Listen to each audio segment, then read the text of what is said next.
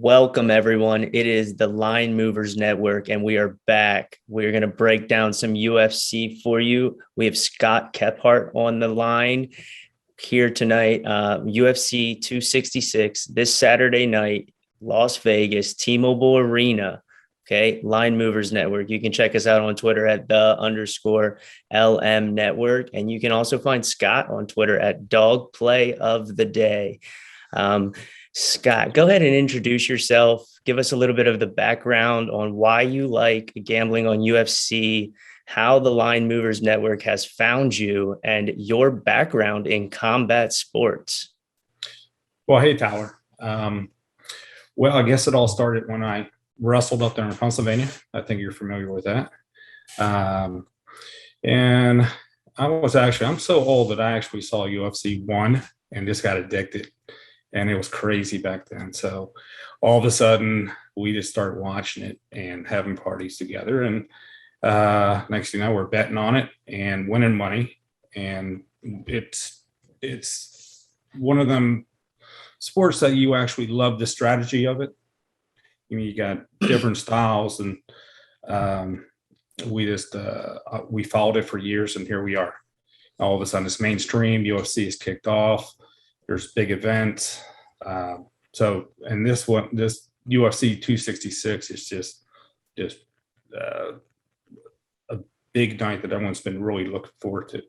So I met you guys just through our WhatsApp. We got a bunch of guys together and started talking sports and giving information back and forth. And we all have a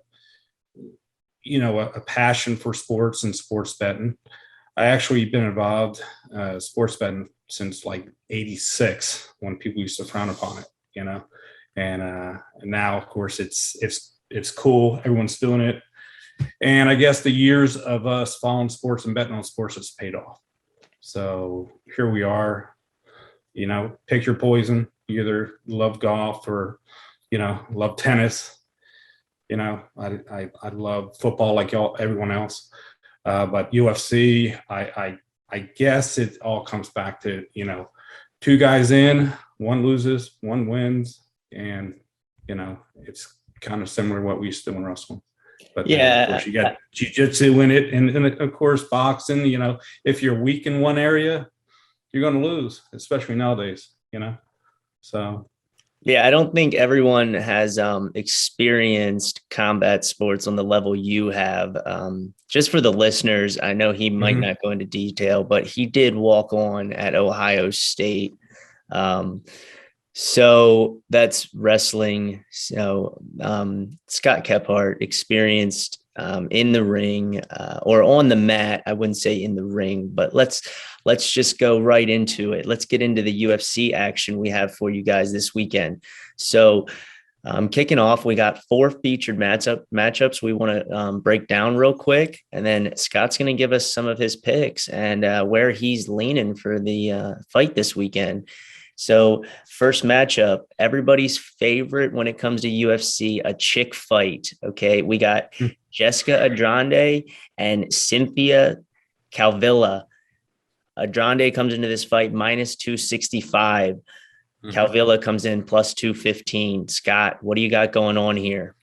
Well, Andreas, she came off really getting thumped by Shevchenko like everyone else. She's coming back for the first time. But, of course, Calvillo is really talking a big game, thinking that she's going to possibly upset her and fight for a title. So, I mean, it's one of these bouts that I look at this whole roster and I'm trying to pick out an upset. And I think that she's it, plus 210. She's great on submissions. You probably check her record. She probably has 3 or 4 different submissions lately. And, looking at the odds, I think I wrote them down. They're plus 750. 750. I mean, that's pretty large. I mean, you got to get lucky. She has to get lucky. It's going to be a war. Hopefully she doesn't get dropped on her head like everyone else. But she looks like the nice long shot coming out of the whole UFC 266. Yeah, so you would see her method of victory coming out of there at the plus 750, Yeah. or you think she has a chance to take it the distance? I if I believe she does. She's gonna. I don't. I think the submission is her way of victory.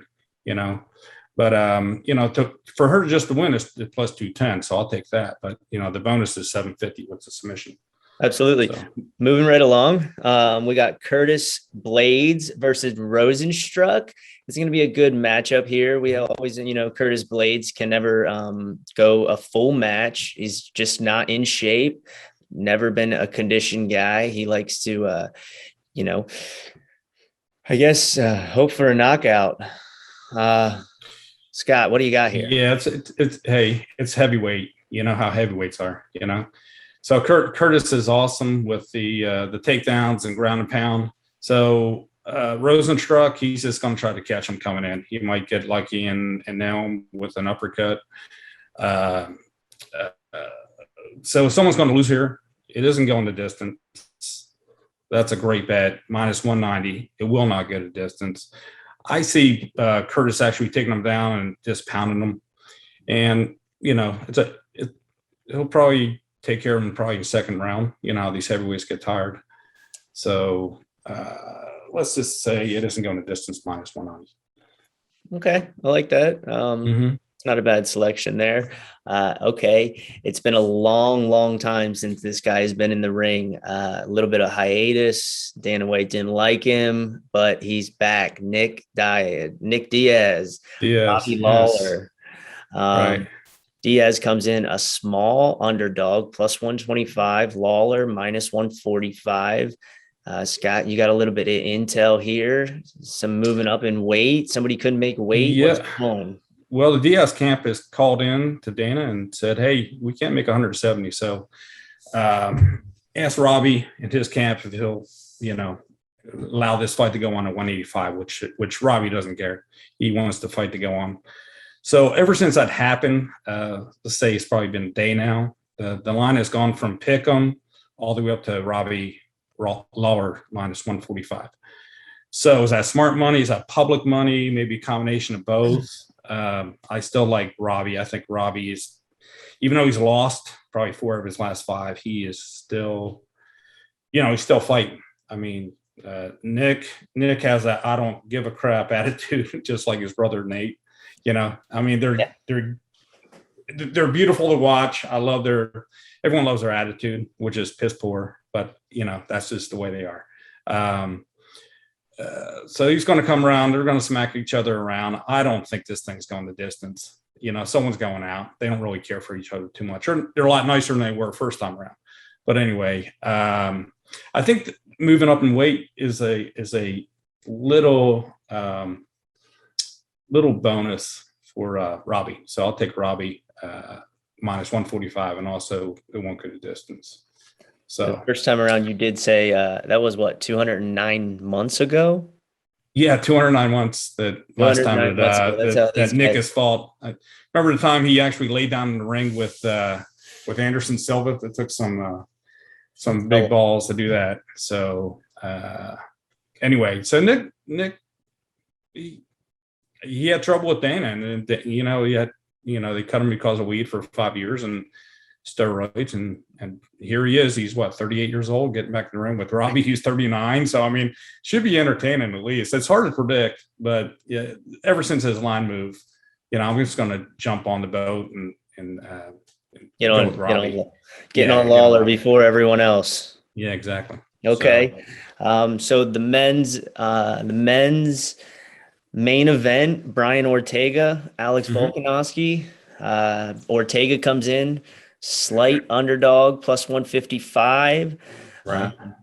The favorite here is minus 180 and Volkanovski. What do you got? Well, Alexander the Great, and he's pretty damn good. So from South Wales, he seems to, let's just say he doesn't like Ortega a lot. They went with the Ultimate Fighter, and they had, he didn't understand Ortega. he just doesn't care for him. Now Brian actually took 2 years off after he lost from Holloway. So he took 2 years off, get new trainers, looked great. He performed great against the Korean Zombie. You know, he did that beautiful standing fly round punch that actually gave the Zombie a concussion. The Zombie said he didn't even remember the rest of the bout. So anyway, yeah, it was pretty devastating. Anyway, I'm trying to think about this fight all day long. I'm trying to wonder why Ortega's line is actually dropping. It used to be minus 160, I believe. Now it's down to 145, which means people are putting money on Ortega. Volkanovski just doesn't like him. I think, Ortega's known for B City, right? He chokes guys out. And the problem is, I don't think Volkanovski is going to let them have a shot at doing that. So I think it's going to stand on their feet. I think it's probably going to give 5 rounds, and Alexander is probably going to take a decision. That's the way I'm looking at it. Okay, absolutely. Yep. So there you have it, guys. He likes Alexander the Great to win that fight by decision. And that'll be a 5-round fight, main event, right? 5 rounds. Yep. Mm-hmm. So we have a few special things here for you, since Scott's a one-time UFC guest, and maybe he'll be back for the next UFC. Scott, biggest line move you've seen this week. What do you see? Well, it's got to be Robbie. It was minus 110. Now it's up to 145. Okay. So there you go. That's 35 cents. And you think that's on the weight change? Yeah, sure do. Okay, absolutely. How about the biggest upset you have for the line movers this week? Upset, I guess, talking Calvillo. Okay. Plus 210. Plus 215. Or are you going to take her to win inside the distance at 750? I'm going to take her, and I'm also going to throw some money on the submission plus, what was that, 750. Okay, so is that your long shot of the fight of the night? Let's see, long shot. Yep, that's it.